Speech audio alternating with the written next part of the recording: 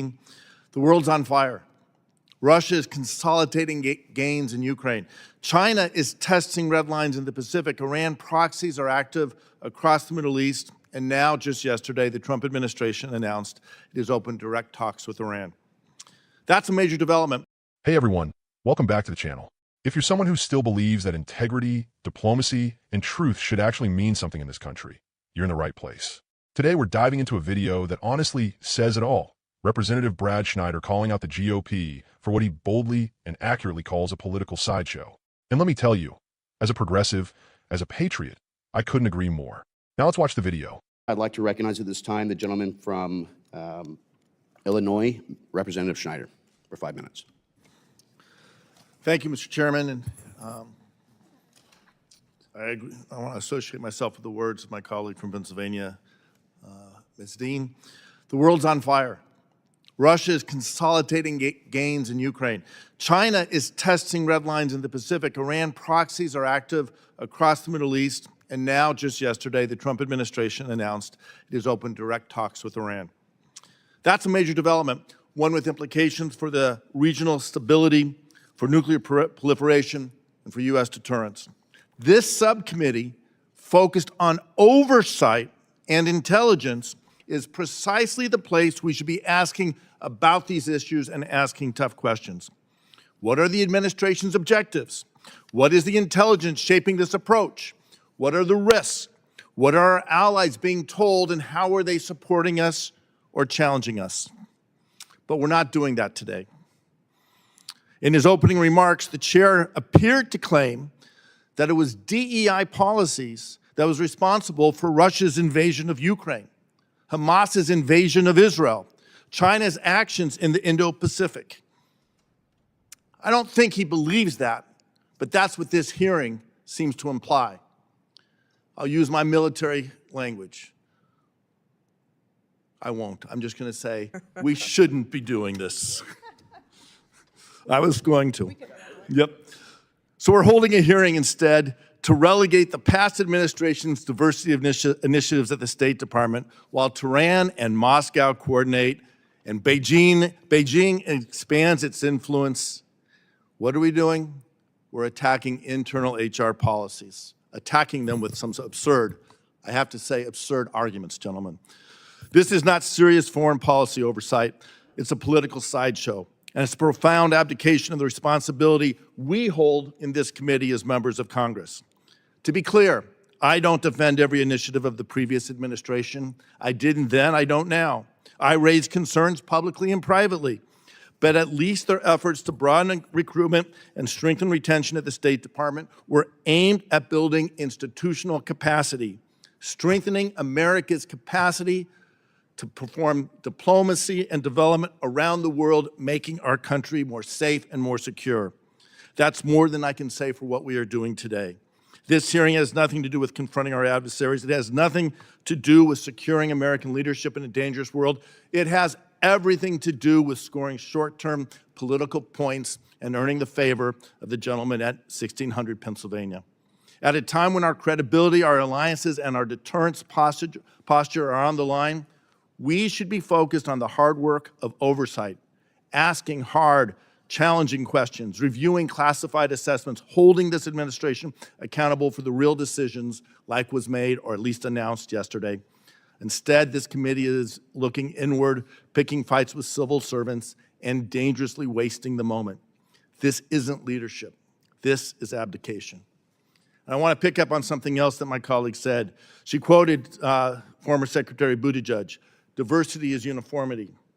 And I'm going to argue that uniformity is a threat to what we are or who we are trying to be as a nation and our diplomacy. And I'll ask any of the two gentlemen, I'll read a quote and see if you share a concern I have about this. The quote is, quote, "The Department of State specialists on Near East were almost without exception unfriendly to the idea of a Jewish state. Some thought the Arabs, on account of their number and because of the fact that they controlled such immense oil resources, should be appeased. Some among them were also inclined to be anti-Semitic. I want to make plain that the President of the United States and not the State Department is responsible for making foreign policy." Do you agree with that, Mr. Harkinson? Absolutely, the President of the United States is in charge of foreign policy. Mr. Rogers?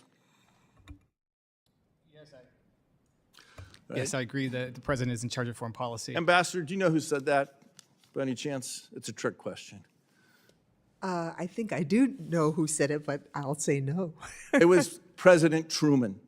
Okay.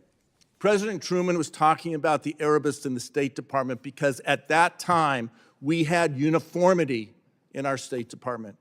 Uniformity in thinking, uniformity of experience, oftentimes uniformity in education.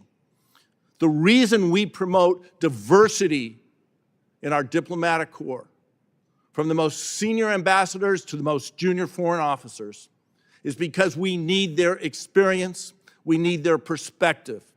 And if we go down a path where it's not just merit counts, it's imperative. But if we only say merit is the only thing, then we end up with a State Department that looked like it did in the 1940s. That's not what we want. We want a State Department that is prepared for the challenges of the 2025s and the century ahead, with a rising China, a threatening Iran, and a threatening Russia. We need these diversity programs to bring in people with a variety of perspectives, a variety of experiences, and a variety of ideas. And so I resent the idea that we should all be thinking alike or looking alike or following the same path. We need to challenge each other. Time is over. I yield back. So, Schneider opens by painting a clear picture of today's world. Russia pushing forward in Ukraine, China flexing its power in the Pacific, and Iran's proxies stirring up conflict in the Middle East. Meanwhile, the Trump-aligned GOP, they're not focused on any of that. Instead of oversight on global crises, they're hosting a partisan hearing to attack the previous administration's diversity programs. Yes, diversity programs. That's what they're focused on while the world literally burns. And this isn't just tone deaf, it's dangerous. Schneider points out that the GOP is spending valuable committee time blaming DEI, diversity, equity, and inclusion for Russia's invasion of Ukraine, Hamas's attacks, and China's aggression. I mean, are you kidding me? This isn't oversight. It's not even coherent. It's performative politics designed to score cheap points with one man and one man only, Donald Trump. Let's be clear, Schneider's not out here defending every single diversity initiative the last administration made. He's being honest. He had criticisms then and now. But what he does say, and what any serious leader understands, is that building a diplomatic corps that reflects the real America makes us stronger, not weaker. Because guess what?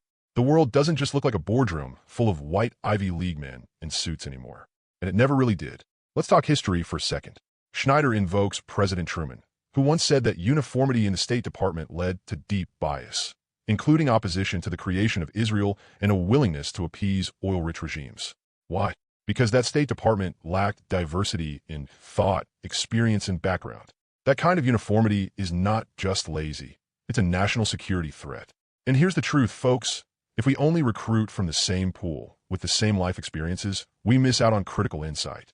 Our diplomats need to understand the world they're engaging with. They need to look like the world, speak the languages, know the cultures, and understand the nuance. Diversity isn't a liberal talking point. It's strategic. It's patriotic. And man, that hit. Because he's right. What this GOP-led committee is doing isn't just a waste of time. It's a dereliction of duty. It's using congressional power to punch down on civil servants, not to protect American lives or interests. While Moscow and Tehran and Beijing are coordinating strategy, our Congress is out here trying to relitigate HR policy from 5 years ago. That's not leadership. That's cowardice. We don't have time for this nonsense. We need real oversight. We need Congress to be asking tough questions about what our current administration is doing to contain nuclear threats, support our allies, and uphold international norms. Instead, we get this sideshow, all to appease a man who would rather burn it all down than admit he lost an election. So here's the deal. Brad Schneider showed real patriotism in that hearing. Not performative patriotism, the real kind. The kind that says, this moment matters. We have responsibilities. Let's act like it. And that's the message I want all of us to carry. We have a responsibility, too, to call this out, to demand better, and to never let cheap political theater distract us from what actually matters. If you love this country, you don't just wave the flag. You fight for the values it represents. Truth, justice, accountability, diplomacy, a government that actually worked for the people, not just for one man's ego. So to Brad Schneider, thank you for saying what needed to be said. And to everyone watching, if this message hit you hard, hit that like button, share this video, and subscribe for more unapologetically progressive, patriotic commentary.